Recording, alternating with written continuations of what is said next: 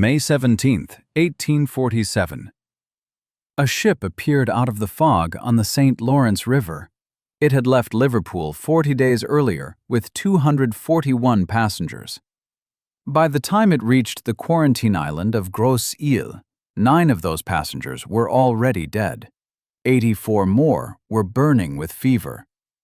The ship dropped anchor and waited. No one came. To understand what happened on Grosse Île in the summer of 1847, you need to understand what was happening in Ireland. Since 1845, a potato blight had been destroying crops across the country. Ireland's poorest people, tenant farmers who paid rent to absentee British landlords, depended on the potato for almost everything. When the crop failed, they had nothing. People were starving in their homes, in the fields, on roadsides.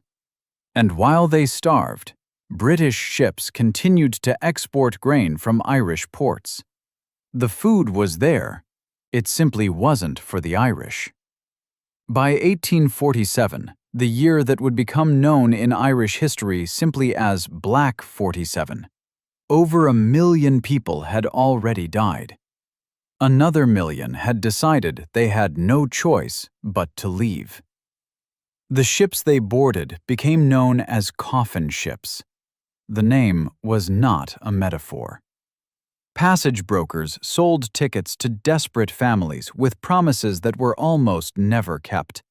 That food would be provided on board, that the journey would take 3 weeks, that conditions would be bearable.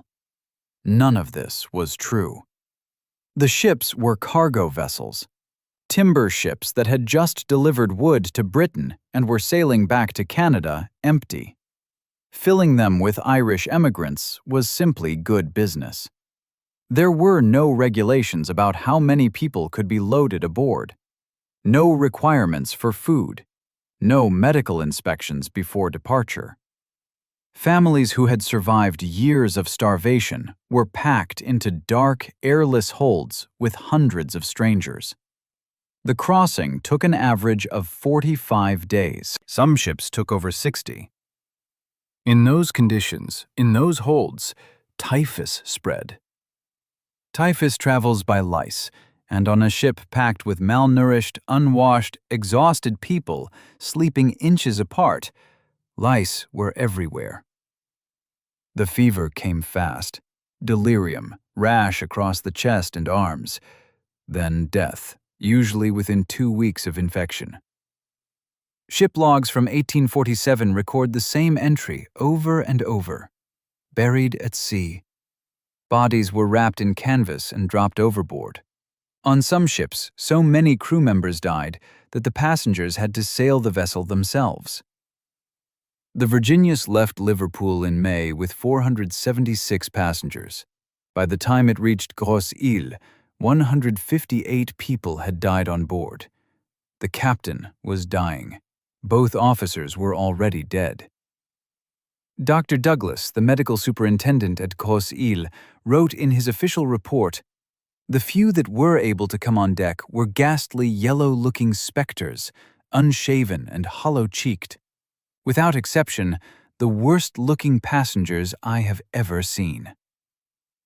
Grosse Ile is a small island in the St. Lawrence River, about 3 kilometers long, 1 kilometer wide. It sits in the water 46 kilometers downstream from Quebec City. In 1832, the Canadian government had designated it as a quarantine station, a place where incoming ships could be checked for disease before passengers were allowed to enter the country. The idea was simple: stop epidemics before they reached the cities. In a normal year, it processed 25,000 to 30,000 immigrants. In 1847, nearly 100,000 arrived. The island had hospital space for 150 patients. Dr. George Douglas had been warning the government since February. He sent letters to the Legislative Assembly. He requested more staff, more beds, more supplies. He told them what was coming. His letters were received. His requests were largely ignored. The first ship arrived May 17th. By May 20th, 30 ships were anchored offshore, waiting. By May 31st, 40 ships. 12,500 people sitting in the river, many of them already sick. The line of waiting ships stretched for 3 miles. Robert White was a passenger on one of those ships. He kept a diary. He described the wait. The ships anchored so close together that passengers could shout between decks. People who had survived 40 days in the hold, who had watched family members die and be thrown into the ocean, who had arrived thinking the worst was behind them, sat in the river within sight of land, going nowhere. White wrote on July 28th, "Within reach of help, they were to be left enveloped in reeking pestilence. The sick without medicine, medical skill, nourishment, or so much as a drop of pure water." Because Dr. Douglas could not process the ships fast enough, he developed a system. The sick were removed first and brought to shore. The healthy were told to stay aboard and wait 15 days before they could disembark. But typhus does not announce itself immediately. The incubation period is 1 to 2 weeks. People who felt fine when they boarded were already infected. 15 days locked in a hold with the sick was 15 days of exposure. White watched his fellow passengers change, healthy on arrival, feverish a week later, dead before the 15 days were up. Those who were taken ashore didn't find much better. The quarantine hospitals on Grosse Île had been built for a different world. By midsummer of 1847, 2,500 sick people were crammed onto an island designed for a fraction of that number. Fever sheds were thrown up as fast as lumber could be cut, open-sided wooden structures with straw on the floor. People lay on the straw. Some had blankets. Many didn't. There was not enough clean water, not enough food, not nearly enough doctors. The doctors who were there worked until they died. 4 of them did. John Benson arrived at Grosse Ile on May 20th, a 60-year-old physician who had treated fever patients in Ireland. He volunteered immediately. Within a week, he was dead. A monument was later erected to the 4 doctors who died that summer. Its inscription reads, "They died in the faithful discharge of their duty." The Grey Nuns of Montreal came to nurse the sick. Many of them contracted typhus. Several died. Priests came to administer last rites. They moved from body to body. By the end of July, Dr. Douglas estimated that of the patients being discharged as healthy from Grosse Île, 2,000 of them would develop fever within 3 weeks of reaching the mainland. They were discharged anyway. There was no room. The dead could not be buried fast enough. Individual graves had been dug in the Irish cemetery since 1832. In 1847, they stopped digging individual graves. Long trenches were cut into the earth instead. Coffins, when there were coffins, were stacked 3 deep. When there weren't enough coffins, bodies were wrapped in canvas. A witness described a continuous line of rowboats on July 29th, each one carrying its cargo of dead to the burial ground. Some had several corpses so tied up in canvas that the stiff, sharp outline of death was easily traceable. On shore, near the water, the bodies were stacked before burial. Witnesses used the same phrase over and over in letters and diaries and official reports, stacked like cordwood. By the end of 1847, 5,424 people had been buried on Grosse Île.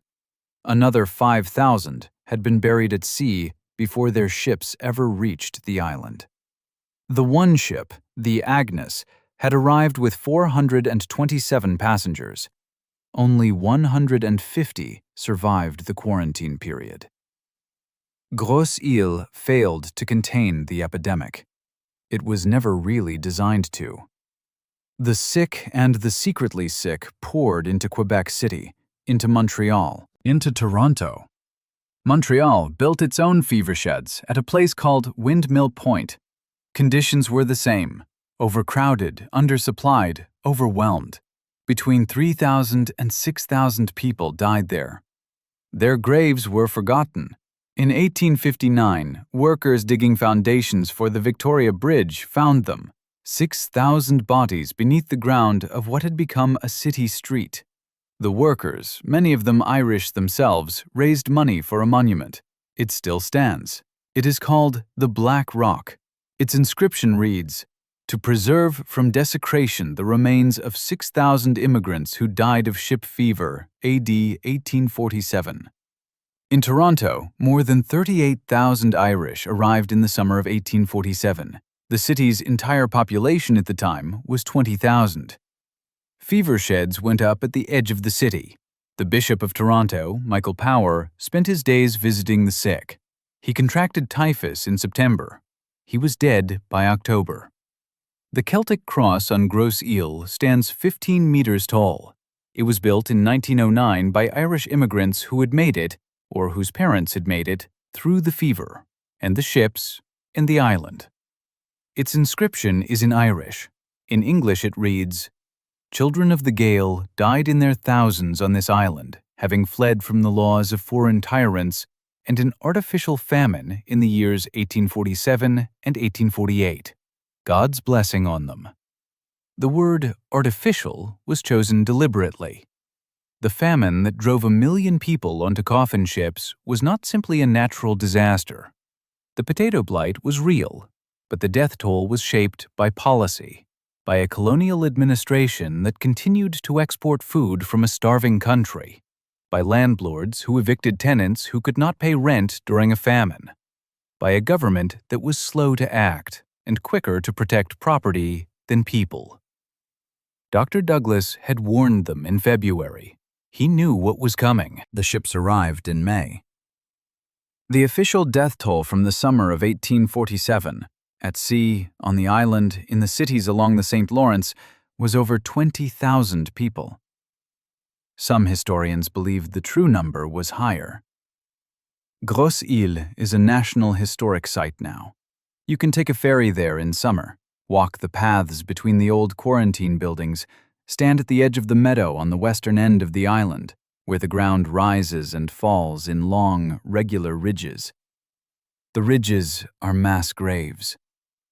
In the ground beneath that meadow, stacked 3 deep in trenches dug in the summer of 1847, are the remains of thousands of people who left Ireland with everything they owned, crossed an ocean on a ship that was never meant to carry them, and died within sight of a country that had not yet decided what to do with them.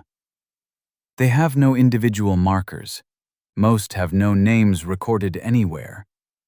They are simply there, under the grass, in the river, in the ground of a country that became home to the ones who survived. The island is open to visitors from May to October. It is closed in winter, as it was in 1847, when the last ships finally stopped coming, and the fever sheds were emptied, and the ice came back to the St. Lawrence, and the island went quiet.